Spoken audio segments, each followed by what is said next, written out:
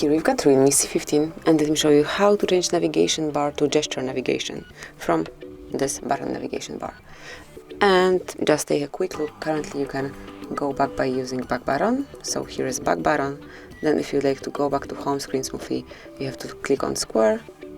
And if you want to see all recent apps, just click here on these three horizontal lines. And here you've got it.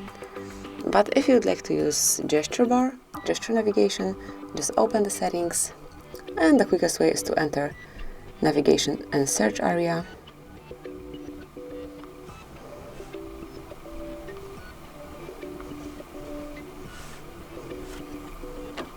Search for it, and here you've got navigation buttons. Click on it, and at first you can select your preferred layout if you would like to stay with buttons right here. You can also hide buttons. As you can see here, you've got design, but I will turn off this option. And if you'd like to set mentioned gesture navigation, just click on swipe gesture from both sides, and this is how it works. As you can see, you can go back by using whichever direction you prefer. You can slide from right to left or from left to right.